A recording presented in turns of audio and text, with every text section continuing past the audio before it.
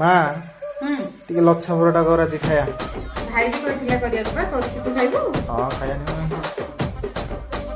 రాజమండ్రి రాగమంజరి మాయమ్మ పేరు తలవనోళ్ళు లేరు మేస్తిరి కళాకారుల ఫ్యామిలీ మరి నే గజ్జ కడితే నిద్రపోదు నిండు రాత్రి